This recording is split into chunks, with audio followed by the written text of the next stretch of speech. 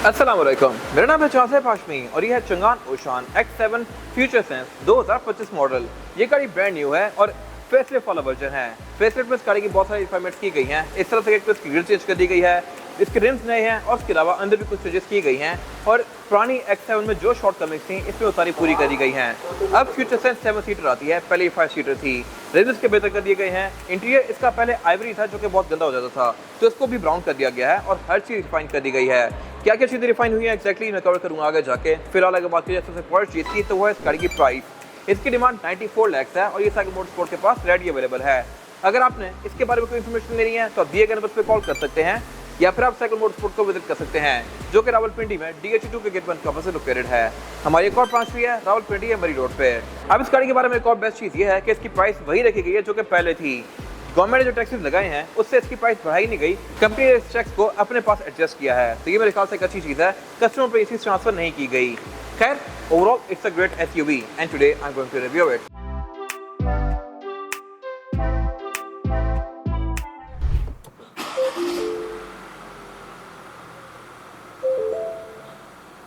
Let's start with the exterior of this car. Looks के लिहाज से गाड़ी मेरे ख्याल से इस कैटेगरी में सबसे खूबसूरत है। इसका डायरेक्ट कंपटीशन चेरी टीगो वगैरह बनती हैं, लेकिन ये गाड़ी उनसे बेहतर है और अपने प्राइस पॉइंट पे भी ये गाड़ी बेस्ट ऑप्शन है क्योंकि ये गाड़ी फीचर्स अच्छे खासे ऑफर करती है। प्राइस के लिहाज से ये सिविक से भी सस्ती है, जबकि सिविक फीचर्स के लिहाज से इससे आधी भी नहीं है। परफॉर्मेंस के लिहाज से भी गाड़ी डिसेंट है और इस कैटेगरी में एवरेज भी यही सबसे अच्छी देती है। तो इन शॉर्ट ये गाड़ी एक बेस्ट ऑप्शन है। खैर जहाँ तक बात है इसके फ्रंट पे दिए गए डिफरेंसेस की as compare to pre facelift car, वो ये है कि इसमें ग्रिल ये चेंज कर दी गई है और थोड़ी ग्रे कर दी गई है। जितनी भी नई गाड़ियाँ हैं ये क्रोम से हटके शेडो क्रोम या फिर ग्रे या फिर मैट की तरफ जा रही हैं। तो this car is no different, कहीं पे आपको यहाँ पे क्रोम नजर नहीं आएगा। इसी तरह हैवल ने भी रिसेंटली फेसलिफ्ट निकाला है, उसने फ्रंट पे क्रोम खत्म करके सब कुछ ग्रे कर दिया है या मैट कर दिया है और फ्रंट और बैक पे इसमें पार्किंग सेंसर्स भी दिए गए हैं। और इसके अलावा चंगान ने रिसेंटली अपना लोगो भी रीडिज़ाइन किया है। जहाँ तक बात है हेडलाइट्स की, तो हेडलाइट्स के ऊपर नहीं दी गई, ये बेसिकली इसकी DRL हैं। हेडलाइट इसमें यहाँ पे नीचे दी गई हैं, जैसा कि अब मोस्टली नई जर्मन कार्स में आ रही हैं। अगर अपनी BM देखें, नई मोस्टली बड़ी बड़ी गाड़ियाँ देखें तो उनमें हेडलाइट्स इस तरह से अलग नीचे आ रही हैं स्प्लिट में। This car is no different.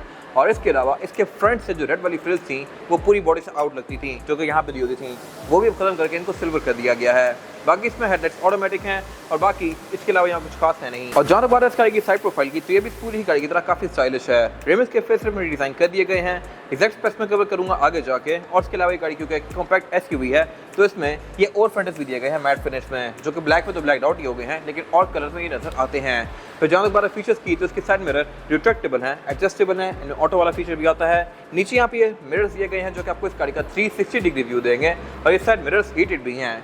सिर्फ एक चीज़ यहाँ पे मिसिंग है और वो है ब्लाइंड स्पॉट पॉइंटर्स, लेकिन जिस प्राइस पॉइंट पे ये गाड़ी है इतने में इतने फीचर्स भी नहीं आते मोस्टली गाड़ियों में। खैर बाकी इसके अलावा इसमें स्मार्ट एंट्री आती है, यानी कि मैं इस गाड़ी को यहीं से ही लॉक अनलॉक कर सकता हूँ। फिलहाल इसका इग्निशन ऑन है तो इसलिए ये लॉक अनलॉक नहीं हो सकती। इंडिकेटर्स के LED में दिए गए हैं। साइड पे इसके क्रोम काफ़ी कम कर दिया गया है।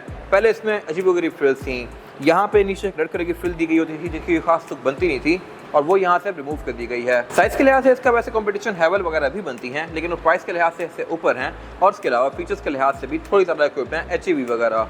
लेकिन जो इसके छोटे वर्जन आते हैं हैवल के 1.5 वाले, उनसे ये गाड़ी एक बेहतर ऑप्शन है। बाकी इसमें एंट्री और एग्जिट भी आसान है क्योंकि ये गाड़ी ऊंची है और आपकी हाइट पे ही है और इसकी सीट्स भी इलेक्ट्रॉनिकली एडजस्टेबल हैं। More on that later. फिर ये गाड़ी पैनोरामिक रूफ ऑफर करती है जो कि अगेन इस प्राइस पॉइंट पे शायद कोई गाड़ी ऑफर करती हो। और फिर इसमें क्वार्टर ग्लास भी अच्छे खासे बड़े दिए गए हैं। ये गाड़ी Corolla क्रॉस वगैरह से ज़्यादा बड़ी है और जुलियन से भी। बाकी इसमें कट लाइन्स भी यहाँ पे काफ़ी स्ट्रॉन्ग दी गई हैं और इसके अलावा रूफ रेस भी इसमें दी गई है जो कि इसके लुक्स में एक SUV वाला टच ऐड कर रही है। बैक पे इसमें ऊपर शार्क फिन एंटीना भी आता है जो कि मोस्टली लोगों को नज़र भी नहीं आएगा कभी क्योंकि ये काफ़ी ऊंचा है। और इसके अलावा इसकी ग्लास जो है विंडोज वगैरह ये ट्रांसपेरेंट हैं क्योंकि गाड़ी लोकली मैन्युफैक्चर हो रही है। और जहाँ तक बात है इस गाड़ी के रेयर एंड की, तो यहाँ पे हर किसी की अपनी ओपिनियन है। मेरे ख्याल से काफ़ी खूबसूरत है। इस तरह से कि इसमें tail lights end to end continue करती हैं, वैसे ही जैसा कि मोस्टली EV कार्स में देखने को मिलती हैं, लेकिन ये EV है नहीं। लेकिन यहाँ पे एक चीज़ थोड़ी वियर्ड भी है लेकिन इट्स ओके। इसमें बैक पे जो एग्जॉस्ट टिप्स दी गई हैं ये फेक हैं और मेरे ख्याल से अगर ये प्रॉपर होती तो बहुत अच्छी बात थी। ये जिसमें एग्जॉस्ट दिया गया है लेकिन ये एक ही है और राइट साइड पे है।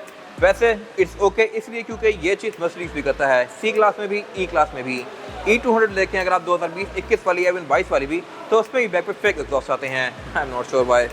खैर इसके अलावा फीचर्स यहाँ पे डिसेंट हैं। इस तरह से टेलगेट इस गाड़ी में फॉरवर्ड है जो कि अनलॉक करने पे ऑल द वे अप जाएगा लाइक दिस और इस प्राइस पॉइंट पे ये भी एक अच्छी चीज़ है।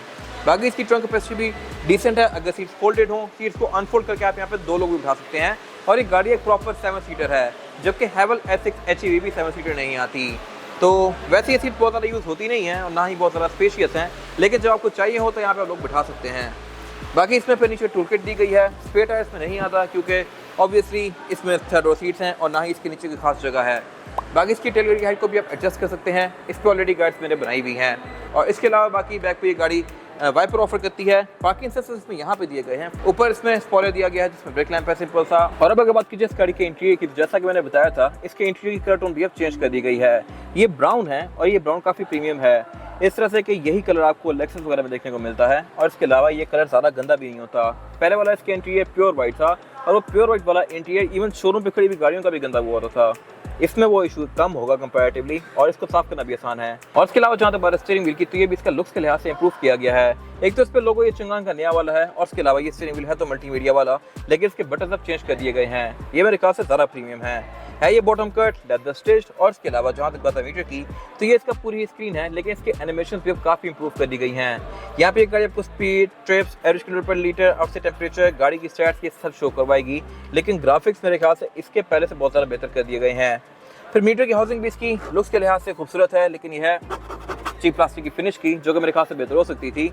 बाकी डैशबोर्ड इसका सॉफ्ट टच पैडिंग की फिनिश में है। और इसके अलावा बाकी यहाँ पे नॉर्मल एयरमेंट्स वगैरह दिए गए हैं और नीचे मल्टीमीडिया दिया गया है। मल्टीमीडिया भी इसका फीचर्स के लिहाज से डिसेंट है और इसमें एक वॉइस कमांड सिस्टम भी आता है, जो कि स्टीयरिंग पे दिया गया है। अगर मैं इसको टैप करूँगा तो फिर ये गाड़ी कमांड लेगी और इसको मैं फिर जो भी कमांड दूंगा, जैसे कि ओपन सनरूफ, ओपन विंडो, ये सब ये काम करेगी। इसके अलावा बाकी जहाँ तक बात है स्क्रीन की, तो इसमें Android Auto, Apple CarPlay, Bluetooth, aux, navigation, USB ये सब आता है। और इसके अलावा क्लाइमेट कंट्रोल भी इसका इसी के अंदर दिया गया है। तो क्लाइमेट कंट्रोल के नीचे फिजिकल कुछ बटन भी दिए गए हैं, जिससे आप इसके टेम्परेचर को अप डाउन कर सकते हैं, लेकिन यह है सिंगल जोन ही। अगर डुअल जोन हो तो मेरे ख्याल से अच्छी बात थी। इस कैटेगरी की बाकी गाड़ियाँ dual zone climate control offer करती हैं। फिर ये गाड़ी क्योंकि फ्यूचर सेंस है तो यहाँ पे फ्यूचर सेंस की बैजिंग भी दी गई है इसमें। और इसके अलावा बाकी ये जो बटन है यहाँ पे ये टच सेंसिटिव हैं और इसके आसपास की जो ये फ्रिल्स हैं ये भी प्रूफ कर दी गई है फेसलिफ्ट में, इनको मैट कर दिया गया है। पहले यहाँ बहुत सारा ग्लॉस था। खैर इसके अलावा नीचे इसके कप होल्डर्स दिए गए हैं, गेट सेलेक्टर दिया गया है और इसमें जो गेट सिलेक्शन है वो है PRND और डी में करके आप इसको मैनुअली भी चला सकते हैं।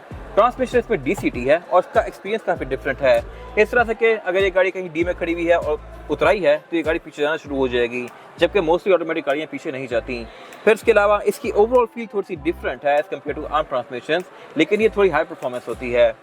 बाकी इसके अलावा साथ यहाँ पे इसके कुछ और कंट्रोल्स दिए गए हैं और ये हीटेड और कूल्ड सीट्स के हैं। यस, सीट्स इसमें हीटेड और कूल्ड हैं 90 लाख के प्राइस पॉइंट पे। लेकिन एक चीज़ वियर्ड है, वो ये है कि ड्राइवर के पास जो बटन दिए गए हैं ये पैसेंजर के हैं और मेरे बटन्स यहाँ पे दिए गए हैं जहाँ से मैं हीटेड कूल सीट्स ऑन कर सकता हूँ। फिर ड्राइवर के पास पार्किंग ब्रेक होनी चाहिए, लेकिन पार्किंग ब्रेक पैसेंजर के पास दी गई है। इसकी वजह ये हो सकती है कि इसको लेफ्ट हैंड से राइट हैंड पे स्विच कर दिया गया, लेकिन ये कंट्रोल स्विच नहीं किए गए। ये वाला पैनल इसका बाहर वाली गाड़ी का यूज़ किया गया है, तो इसी वजह से इसके पैसेंजर वाले कंट्रोल ड्राइवर के पास आ गए हैं।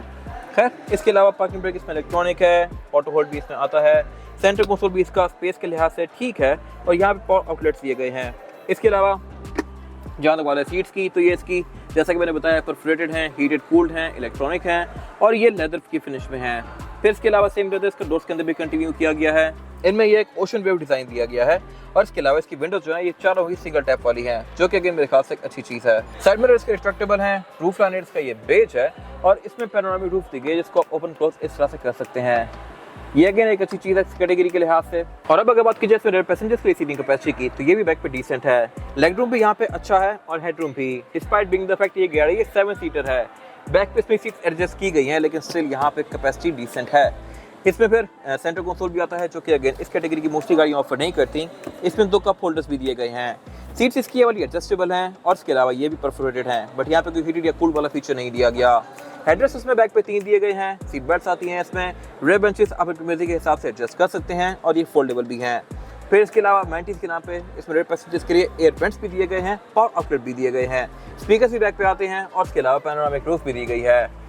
केबिन लाइट्स इस पे ये LED में है और ऑब्वियसली साइड पे दी गई हैं क्योंकि यहाँ पे ये दी जा सकती नहीं है। बैक पे इस गाड़ी में लेग रूम ठीक है, यहाँ पे 2 बंदे बैठ सकते हैं, लेकिन लॉन्गर जर्नीज के लिए नहीं, शॉर्ट जर्नीज के लिए, क्योंकि यहाँ पे लेग रूम की बहुत ज़्यादा कंफर्टेबल नहीं है और हेड रूम पे कोई बहुत ज़्यादा स्पेशियस नहीं है। बट अगेन सीट्स होना ना होने से बेहतर है और इसमें बैक पे ड्रॉर्स भी दी गई हैं, सीट बेल्ट्स भी दी गई हैं और कप होल्डर्स भी दिए गए हैं। और अब अगर बात की जाए इस गाड़ी के इंजन की, तो इसमें इंजन साइज एक ही आता है, 1.5 लीटर टर्बो चार्ज, और पहले भी यही आ रहा था, अभी भी यही आ रहा है। ये इंजन ब्लू कोर CVT है और ये गाड़ी 185 हॉर्स पावर प्रोड्यूस करती है with 300 newton metre of torque, जो कि अगर एक बेस्ट फिगर है इस कैटेगरी के लिहाज से। और एट द सेम टाइम ये गाड़ी आपको एवरेज भी अच्छी देती है।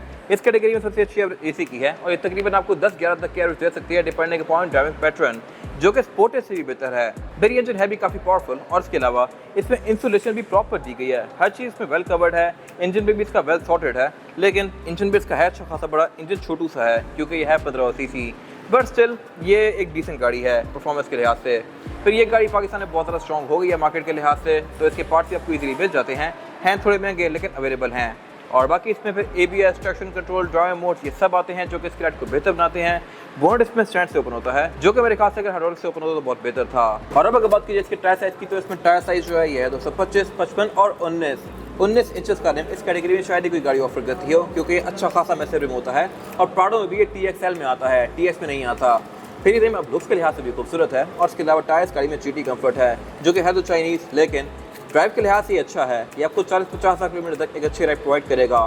फिर इसमें ऑलरेडी डिस्क ब्रेक दी गई है, फ्रंट पे भी और बैक पे भी, और इसमें ABS, traction control, drive modes ये सब आता है जो कि इस राइड को बेहतर बनाएगा। ये था आज का रिव्यू। अगर आपको ये रिव्यू पसंद आया है तो इसको लाइक कीजिए, मेरे चैनल को सब्सक्राइब कीजिए, और अगर आपके पास इस गाड़ी से रिलेटेड कोई भी राय है तो उसको कमेंट सेक्शन में शेयर जरूर कीजिएगा, ताकि वो लोग जो ये गाड़ी लेने वाले हैं वो आपकी राय से फ़ायदा उठा सकें। अपना ख्याल रखिएगा। Thank you.